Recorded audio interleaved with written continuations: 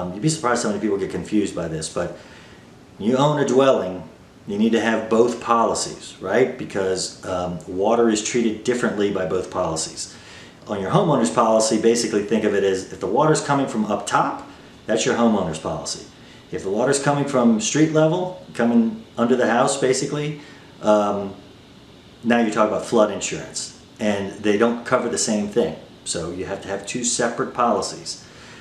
On the homeowner's side, it could be your roof blows off and water gets in. Okay, that's homeowners.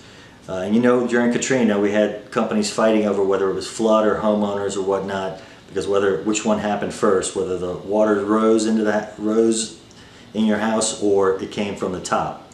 But you want to have both coverages. The other issue is your deductible. So when you get a homeowner's policy, you're going to have two deductibles, every policy. It's going to have one that's called an AOP deductible. That's all other perils. Well, the second deductible is going to be some wind-related deductible. It's either going to say it's a wind and hail deductible, or it's going to say it's a named storm or hurricane deductible.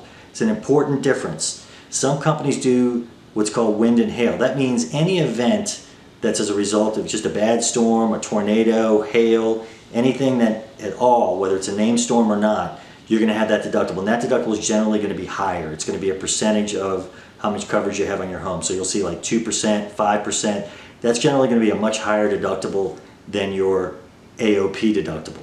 However, if you have a policy that reads named storm deductible or hurricane deductible, then it's much more specific. It says that deductible, that higher deductible, is specific for a named storm, basically a hurricane.